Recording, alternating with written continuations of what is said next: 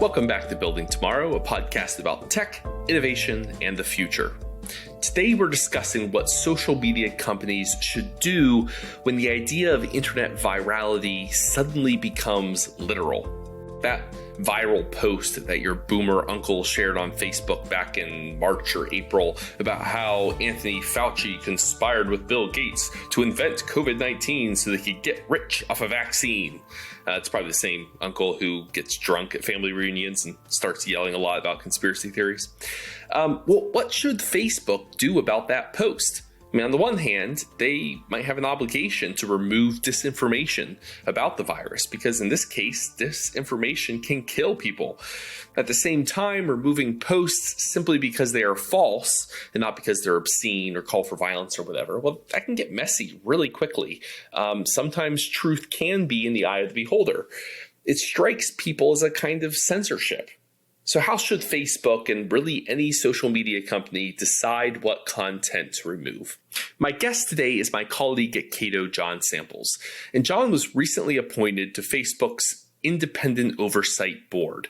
It's the board that will take on the toughest content moderation cases. And that means that John is going to be one of the voices in the room that will shape the future of Facebook's approach to free speech issues. And given that there are 2.6 billion Facebook users worldwide, that's an important role. And it's one I'm glad to see a committed civil libertarian take on. The announcement that you were going to be part of Facebook's Independent Oversight Board, I think it was in May. I mean, you obviously knew about it before the rest of the world, but that's right in the middle of the pandemic. How has the pandemic thrown the kind of plan for the rollout of the Independent Oversight Board? Has it thrown a wrench in the works at all? Now, there's an interesting question here that I believe the idea was before the pandemic hit was that there was always going to be a lot of the work, maybe most of the work done by the oversight board was going to be done online. When we do have meetings, you become completely aware of the problems here because just the time issue, right? It's often 6 a.m. or whatever here in the West Coast, and then it's 11 p.m. at night, and there's almost a whole day's difference and all of that. So there was always going to be these online challenges, but it was going to have to be that because people are spread throughout the world. I think there was going to be face-to-face meetings a couple of times a year. So in some sense, things did not change. And I believe almost certainly the getting people up to speed, learning your role and on processes. I bet all of that was going to be online, even if we hadn't had, not all of it, but much of it. There would have been some meeting face-to-face, but I suspect a lot of it still have been the way we're doing it. Indeed, when you look at what they're doing, I don't think they could put that together in a month or two. It's a fairly complicated kind of schooling, really, to learn the processes and what we're doing. It's pretty impressive if they did it in a very short time, but I suspect there was always going to be an online. So I suspect in the end that in terms of how fast we get to work, the pandemic probably didn't matter. Or probably won't matter much. It hasn't in itself. I don't think it was delayed. Would be my guess. Well, it's fitting. The kind of online services from internet provision itself to to the content providers hasn't really been disrupted by the pandemic. It's the stuff that we haven't digitized. It's the bits of the world that haven't been eaten by software, to use Andreessen's phrase, that those are the parts that have struggled the most in response to the pandemic. So, there's another aspect to this because in our work so far, I think this is no great surprise, but it reemphasized it for me, which is, a crucial part of the success of this enterprise is going to be based unfortunately, I mean, I'm an intellectual, I'm an ideas guy, but a lot of it has to do with people and their relationship with one another. And in some measure, the success of this will be based around the idea, how well can this group of people work together, particularly deliberate together? How well can they support free expression? That is a big Facebook value. When they disagree about other things, right? And I think they can do that better if they know each other better. And it's just like the seminars at Stanford. There's a face-to-face element that is irreplaceable. Now we've done actually pretty well with some small group discussions online. I thought that was actually a pretty good substitute. So I'm pretty confident that we're doing surprisingly well, but I'm wondering, how much, I'm hopeful we'll get to see each other soon, because I think that also has an additional element and will contribute to the deliberative element down the line. Yeah.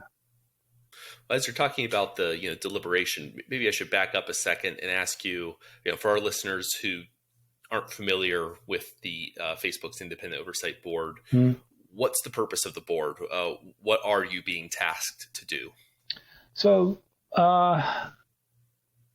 it's actually, I think, will be demanding and challenging, but it's pretty straightforward.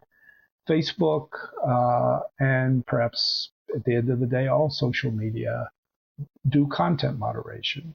They need to do that. And what content moderation means is that they either remove things from the platform or they, in Facebook's case, you could say also the refusal to allow fake accounts as part of that. But there's something that has to be done to content. Sometimes it's removal, sometimes it's just making the audience smaller. And they were doing that by inside the company. They came up over time with their rules. They eventually published the rules and so on. So they were doing it inside. And I think there was a decision or a growing awareness and a decision that it was going to be difficult to do that internally, that it was too much power for one company. And that there was going to be a trust issue. That is, that people were expressing distrust and so on. So that led to thinking, well, how could we deal with that? How could we gain legitimacy for these inevitable decisions about content moderation? And by the way, let me just spend a second on that, particularly maybe on the libertarian side, maybe other points of view might really think, well, why does there have to be content moderation? Why can't we just have no gatekeepers and whatever is on the platform is there? And the answer, I think, is it's a business. And if you don't have the ability to remove some content, you're not going to do the job for your shareholders or your owners as well as you could, because some people are going to be put off by what's online, or they might, it's often the phrase is users won't feel safe. They'll feel like they're in an environment they don't want to be in. So it's the business part, really, that I think makes content moderation inevitable. Then you've got to make it legitimate. And that's where we come in.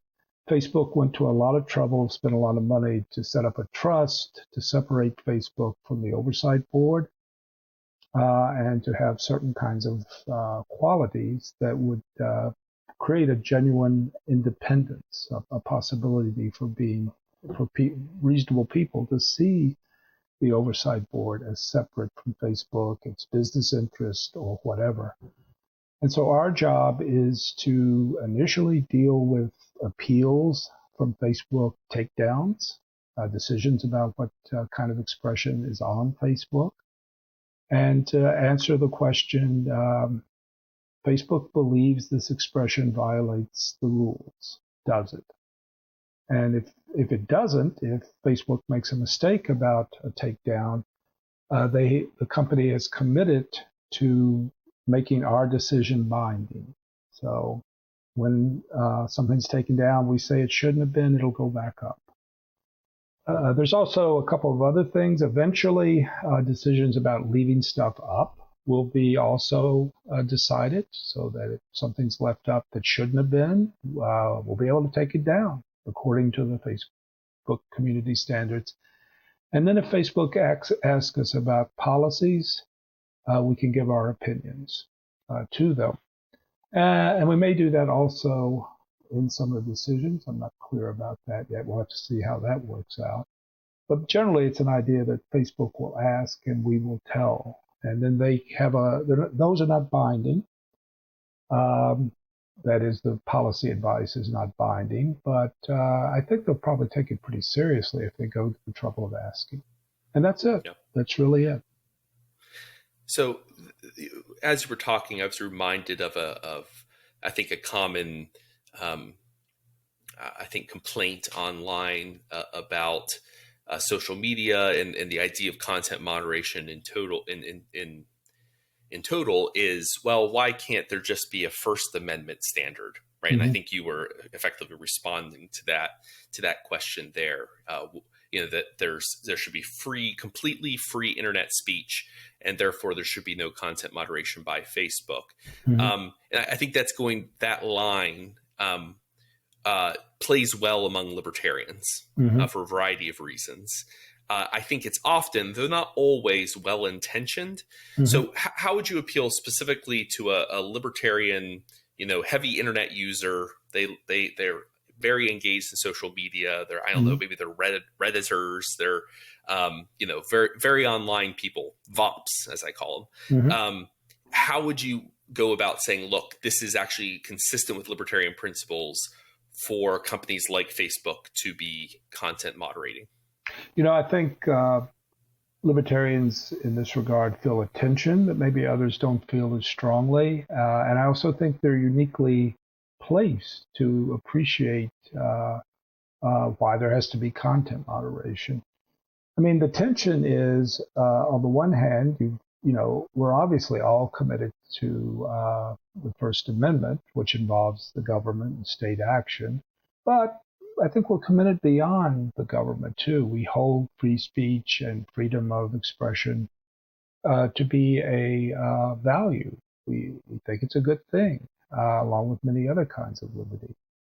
But on the other hand, probably more than almost everyone, I've really come to believe, we support private property. We support property rights, and that manifests itself as we think it's generally the case, not always, but generally the case, that the people who are best placed to make decisions about property, about business, about how a business should be run, are the board, the shareholders, and also the management, right?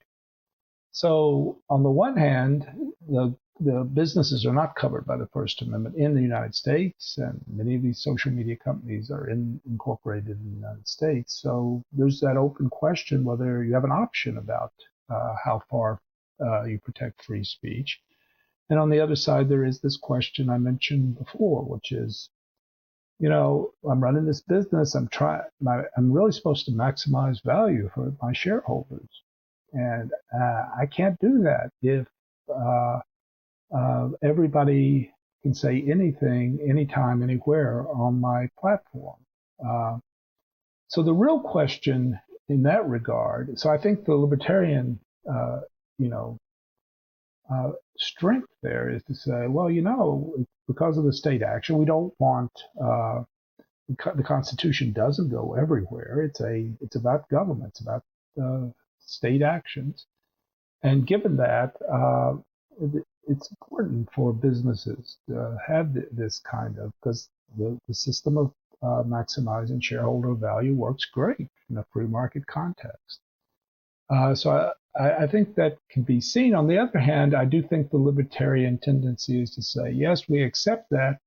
We think in some ways we'd love to have a First Amendment standard, but we understand why morally it doesn't have to be that way and legally. But what we would want is that speech that be as free as it can be, consistent with running the business, consistent with meeting your obligations to your shareholders. And that's why I was very concerned last year that I'm very happy when Facebook said that their values were what they were, but that the paramount value was voice or freedom of expression. So this is a tension that everyone has to face at the end of the day, insofar as these platforms are and social media are businesses. And the way to resolve it is to have people run the businesses that have speeches as protected as it can be, consistent with their obligations to their shareholders to make the business work. And I think that can be a long, long way. I think you can have everything that is valuable that people want to say, however offensive, it can be offensive. It can be, people might not like it, is what I mean there, and so on. But there have to be limits that the government doesn't have to follow. And that's written into the system and really has a lot to do with there being a private sector, actually, a private sphere in America, that in ways that maybe I didn't realize when I first started this. But if you didn't, the First Amendment applied everywhere. Think about the Cato Auditorium.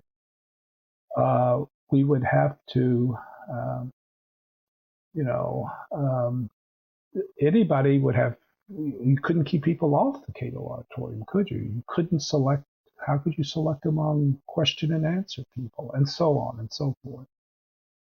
So I think that there's certainly a tension, but the resolution is to help a company draw that line in such a way that speech is as broad as it can be, given the need to have a business and have a market economy.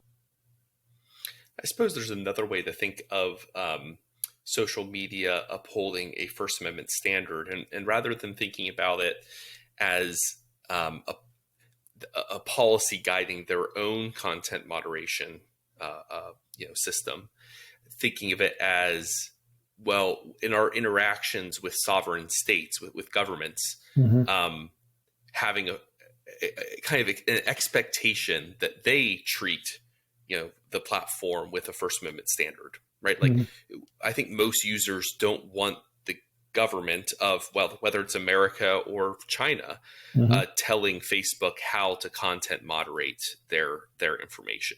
So I guess if you look at it at a little bit different of an angle, yes, there's a way in which we do want them to apply the First Amendment in their interactions with governments. Oh, absolutely. What I haven't mentioned here is the other, I'm glad you mentioned that, the other aspect of this, which is that the first, it's not just users that have or have not a First Amendment right, though that's most people.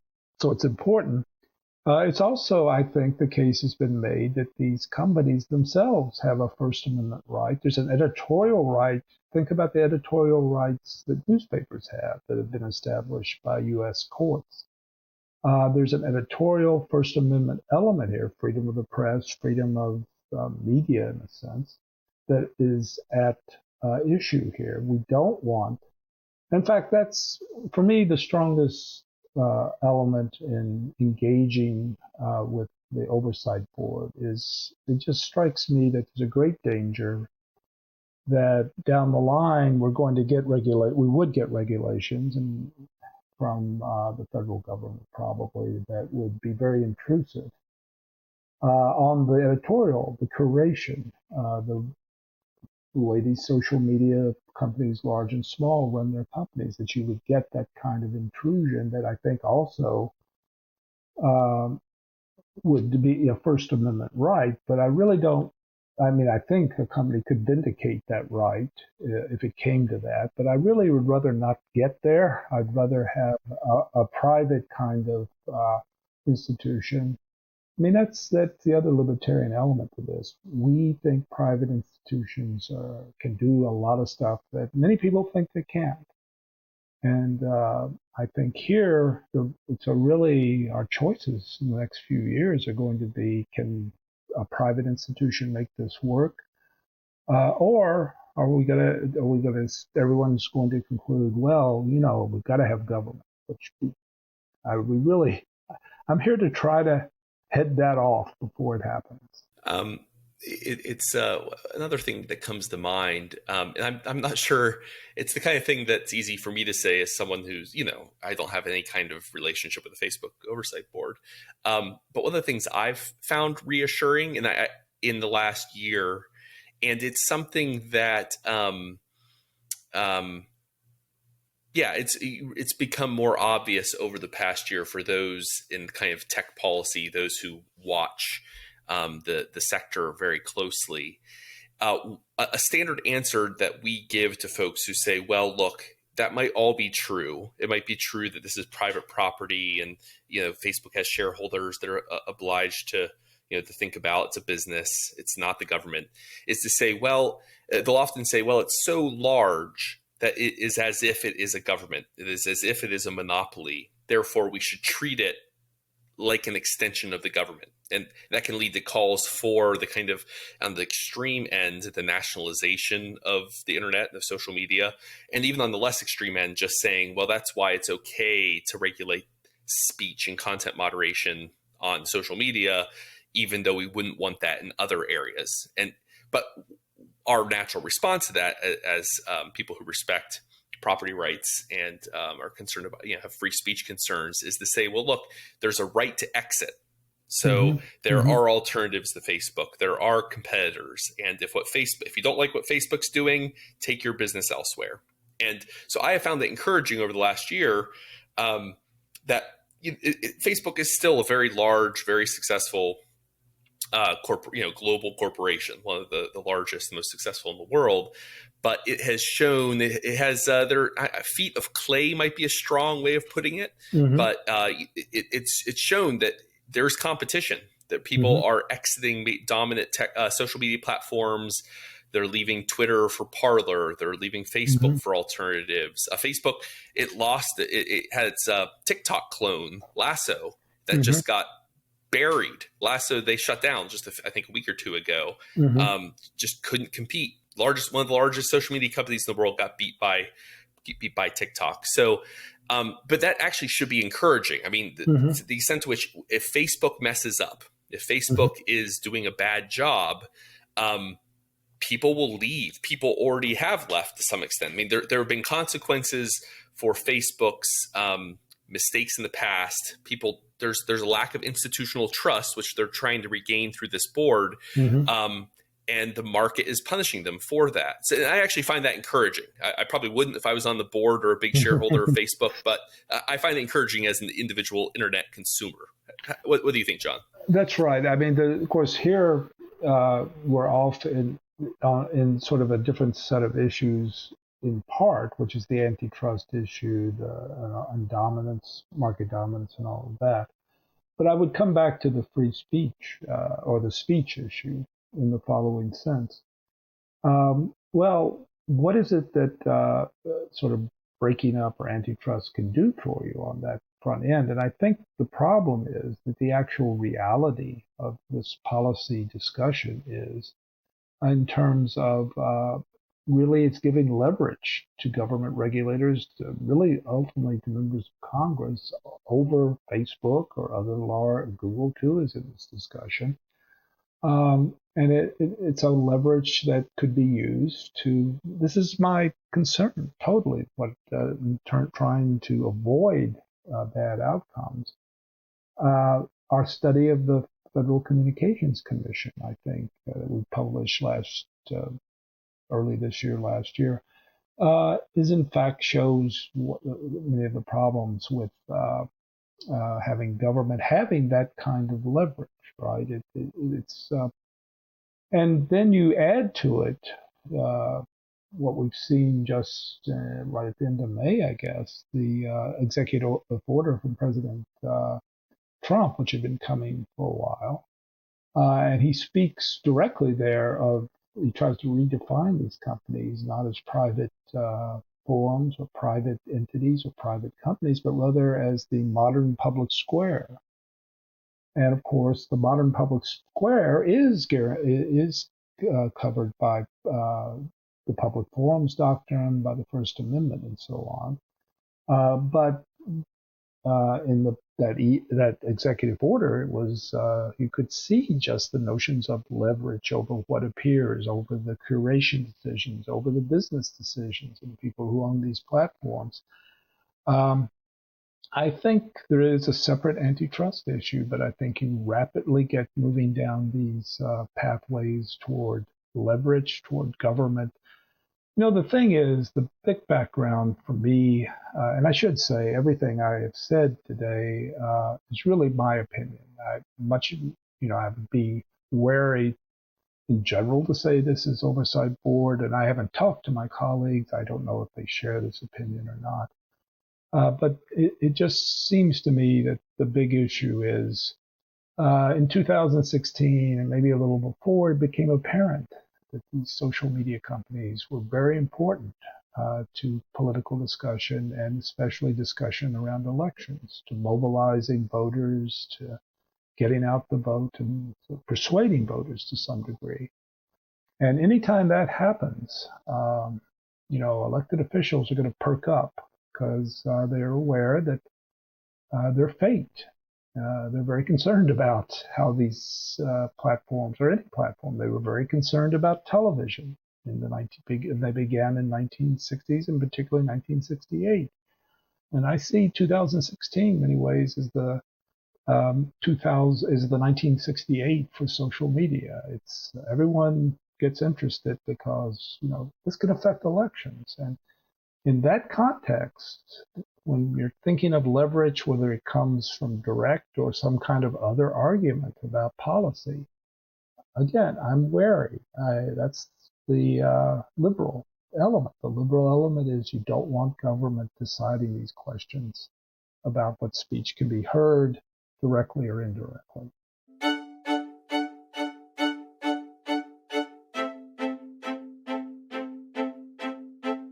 Now, one of the challenges that has faced social media companies, including Facebook, including Twitter,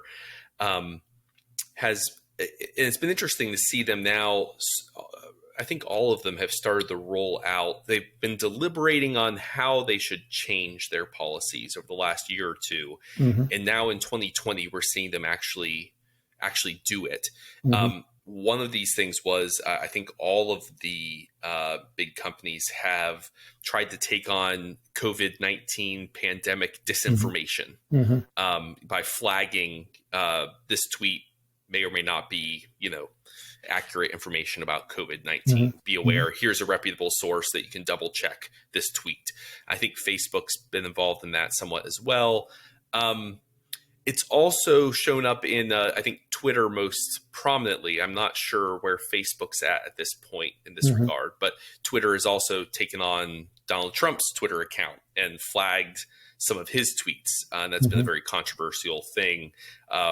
Whether or not, whether or not an elected public official should, whether or not they're telling the truth, do media companies have a responsibility to post it because it's in the public interest, whether or not it's true, that there's like a special carve out for public figures. And Twitter has decided to flag some of Trump's tweets. So that's kind of a new thing. That's really picked up here in 2020. Do you feel like, and this is not just a Facebook question, it's kind of social media in general.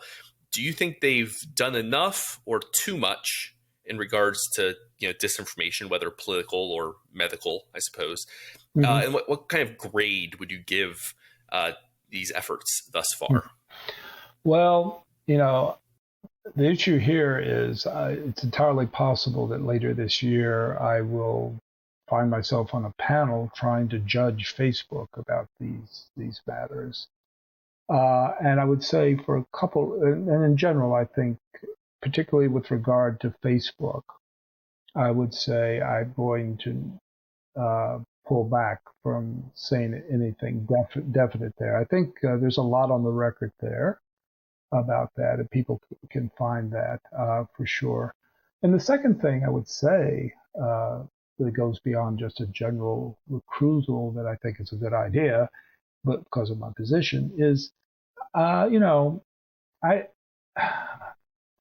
it's become more apparent to me that judging any of it for anyone anywhere, judging these kinds of matters really requires indications about details and circumstances that in particular cases with regard to this, I simply don't know that. I don't know enough about those. And so if I were on this board, I think I'm knowing what I know, I think I should be a little wary about making judgments because I don't know those circumstances. What I would say is I think the companies are thinking about this in terms of very, I'd say, typical terms for free speech, right?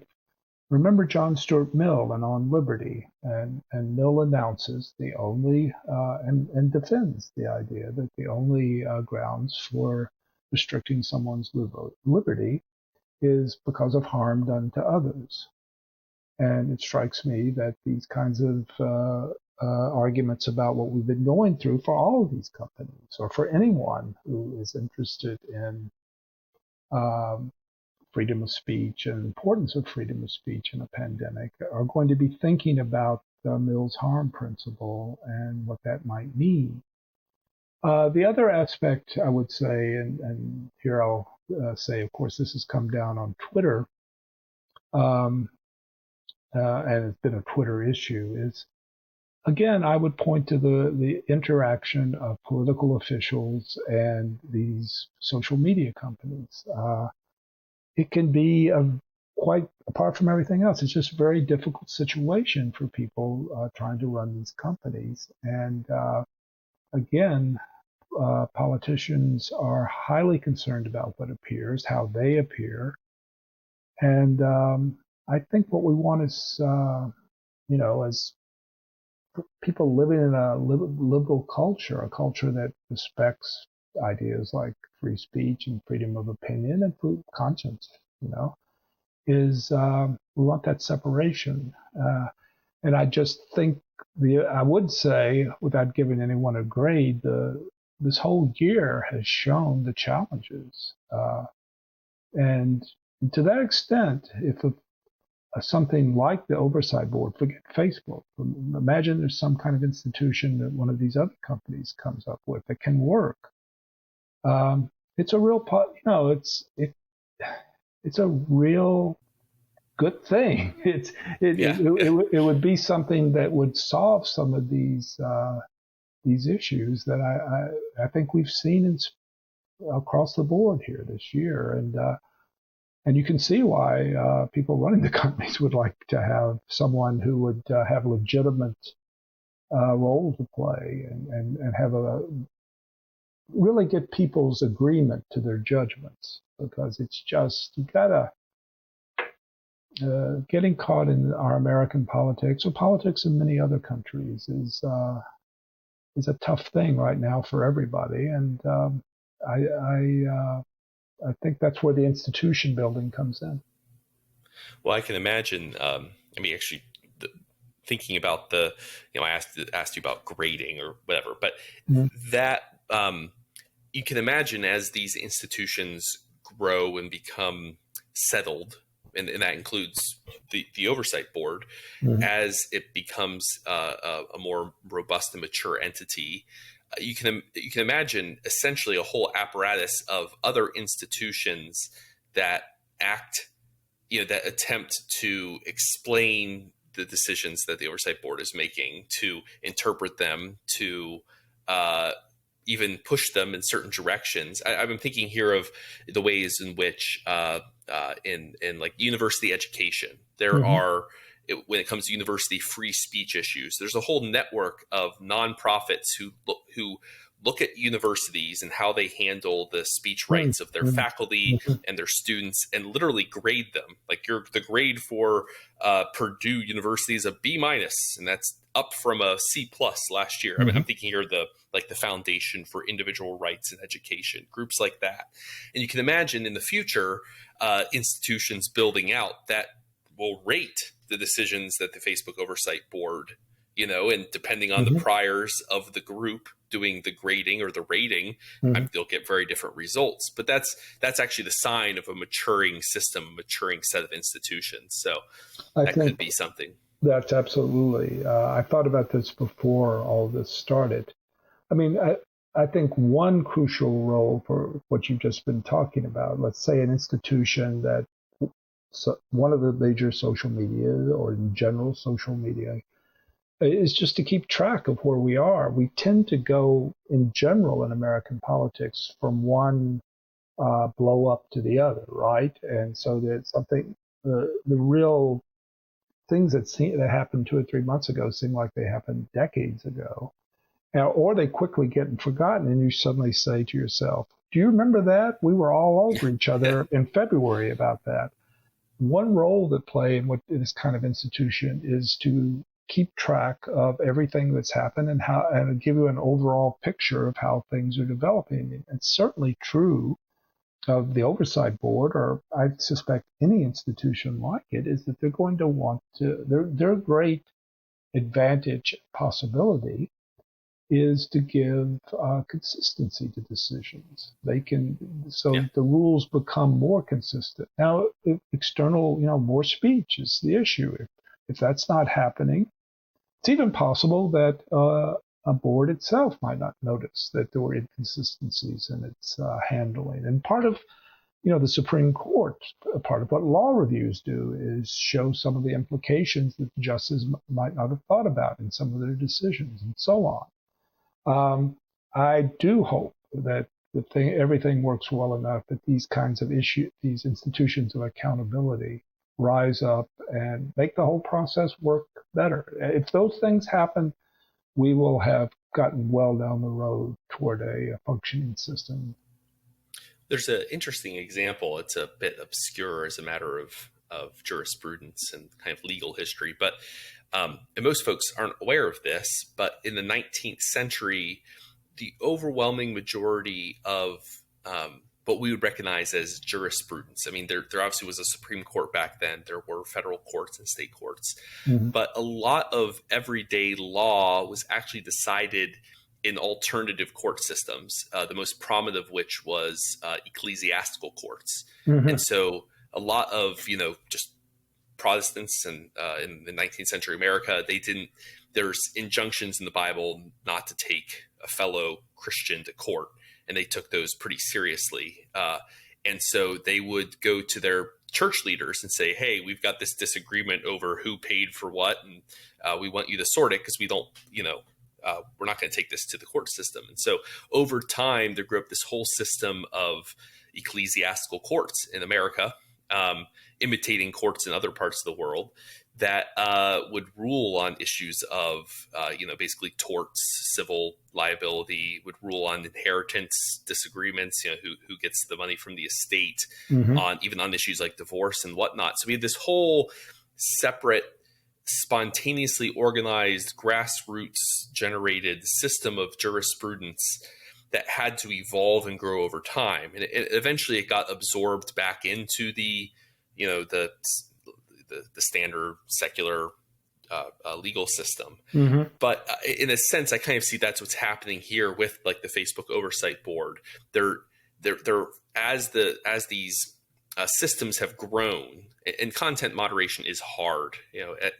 Content moderation at scale is hard, and they're having to develop their own kind of informal court system. It's not the same as a legal court, but it's over time they're generating this kind of alternative legal system that has different standards than the formal legal system, right? There is not a First Amendment requirement in the same way there would be in a formal legal system, but nor should there be. And it's very cool as someone observing. We're seeing kind of legal history in the making as these alternative jurisprudential systems are generated, grow, mature, and develop into these robust institutions. And it's neat seeing you being part of that, John. So, oh, I'm very happy to be part of it. I think there are two broad ways forward, actually, and I appreciate your comments. We don't really know enough about these kinds of judicial institutions that aren't official and legal and coercive. Ultimately, I think that's great to know more about that. The two ways forward, though, are one is that for whatever reason, you get a more centralized oversight system. So the trust for the OSB is set up in such a way that other companies can join it if they want to. They can make use of the services, as it were.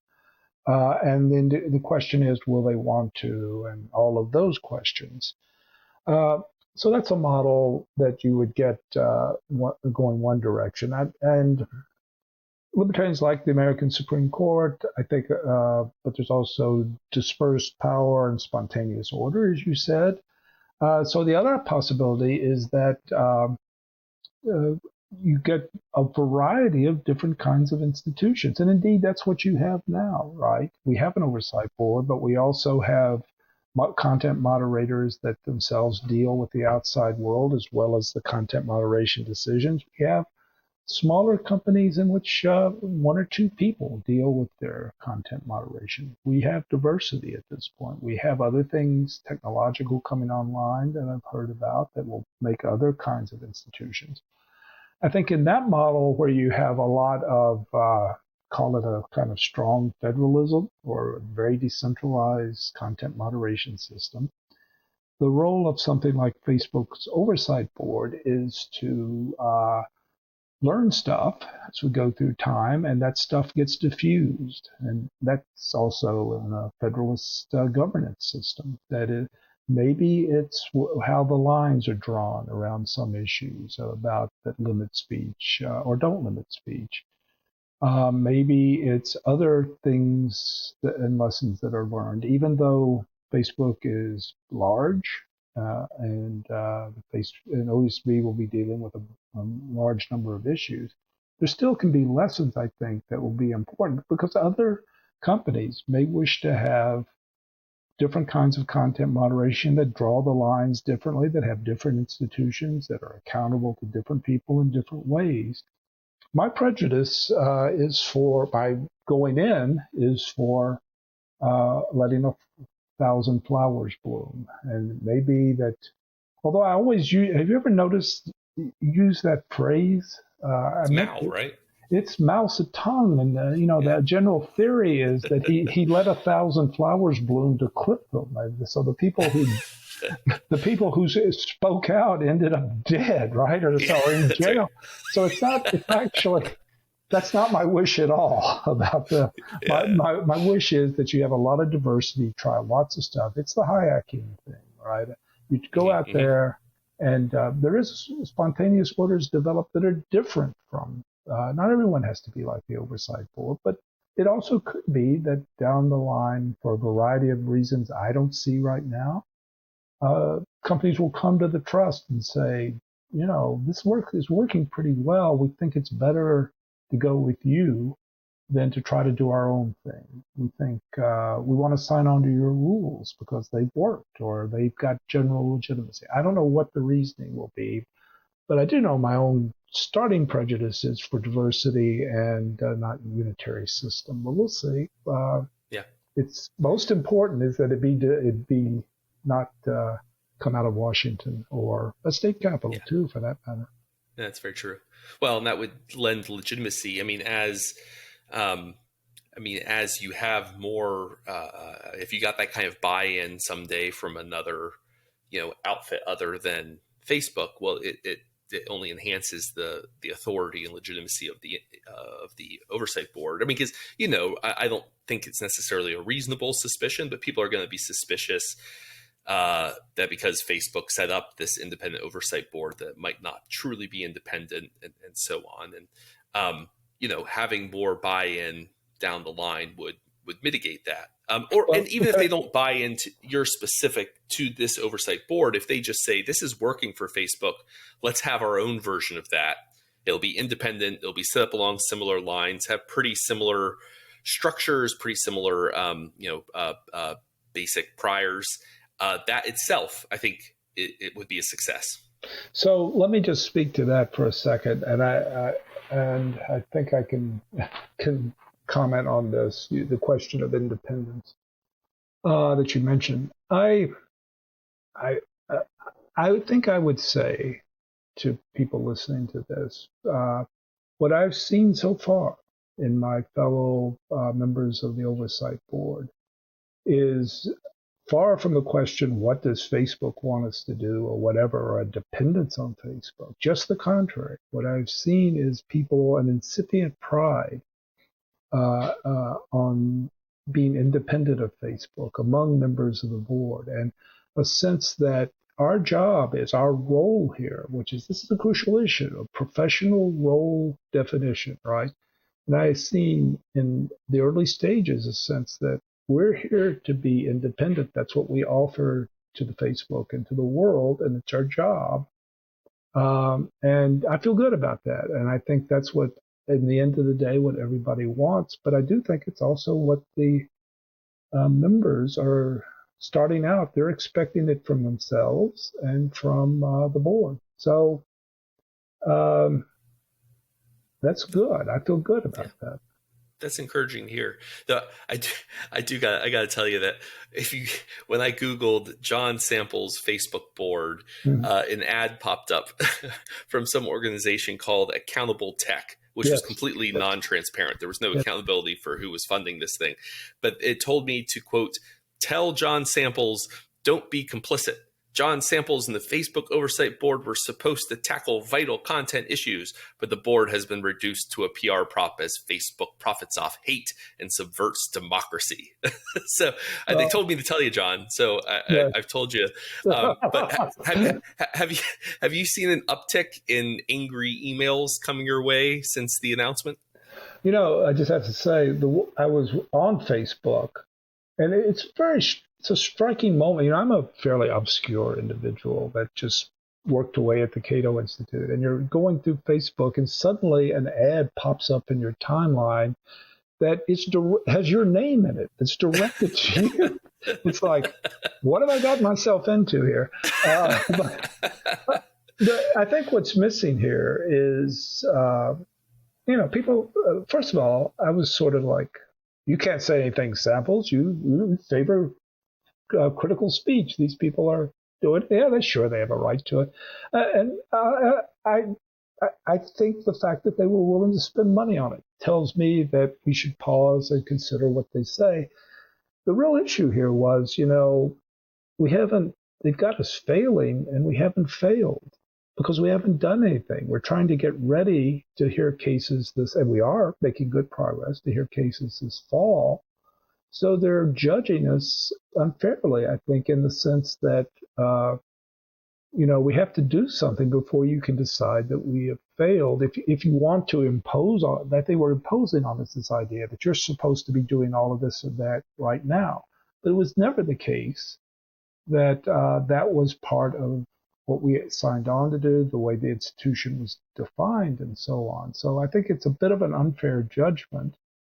And what I would reply to them is to say, it's unfair at this point. We're getting ready to go, but from what I know of my colleagues is they want what you want, which is they want an independent board that will give us some legitimate and trustworthy content moderation. So that would be my response, and we'll see what others think. I do not, I have not gotten any. I don't. At Cato, my colleagues, and maybe you too, maybe you're like this too. A lot of my colleagues would get more hate mail than I did, and I always wondered whether I was failing. Was I like too? Did I not make the case very well, or was I not? People just weren't listening to me. Was it a failure that I didn't get these kind of ugly emails from people? Or was it? So at some point I stopped worrying, but I think it's sort of a general thing. I don't get it. Yeah, I think so too. Yeah.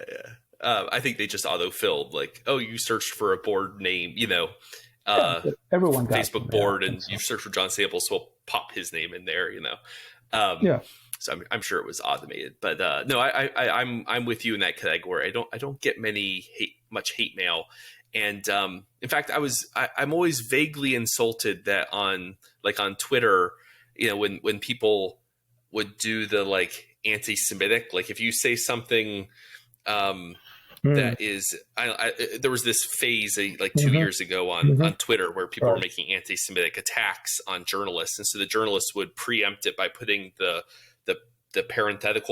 three parentheticals on each side of their name.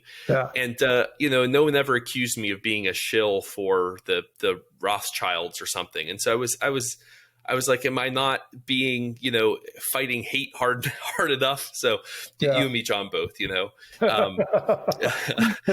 why you wonder about that. Yeah. I don't, at the same time, I mean, I think this will be an interesting thing for me down the line. The decisions are tough ones, and I hope people keep that in mind. They're going to be controversial no matter what. Right. And so the controversy will lead to some so what will be those of us who talked about offensive speech and tough speech and all of that, people like me, for example, are going to have to live out our faith, I think, because there could be hard things said about all of us, about our effort. And, I've always, members of Congress would always say, they didn't like ads or negative ads because it was untrue and so on. And, well, there may be untrue things said about me down the line, and I'm just, we'll return to this, Paul, and if I cave, right. I hope you're going to attack me for giving up my principles. If I complain about offensive speech or whatever, a call for a limit on advertising or something like that, I hope you'll attack me. I'll deserve it. That's great. Well, I'm not going to hold my breath, but yes. Well, you heard John say it. He wants us at Building Tomorrow to help keep him accountable to the principles that all who value civil liberties share. We'll check back in with him next year and see how it's gone. Let me also say, while I have you with me, be sure to go check out libertarianism.org's newly redesigned website. It's not only a fresh coat of paint, though it does look snazzy, it also allows us to do some cool things, connecting topics with each other and highlighting content that is both relevant and incisive. And as usual, till next time, be well. This episode of Building Tomorrow was produced by Landry Ayers for libertarianism.org. If you'd like to learn more about libertarianism, check out our online encyclopedia or subscribe to one of our half-dozen podcasts.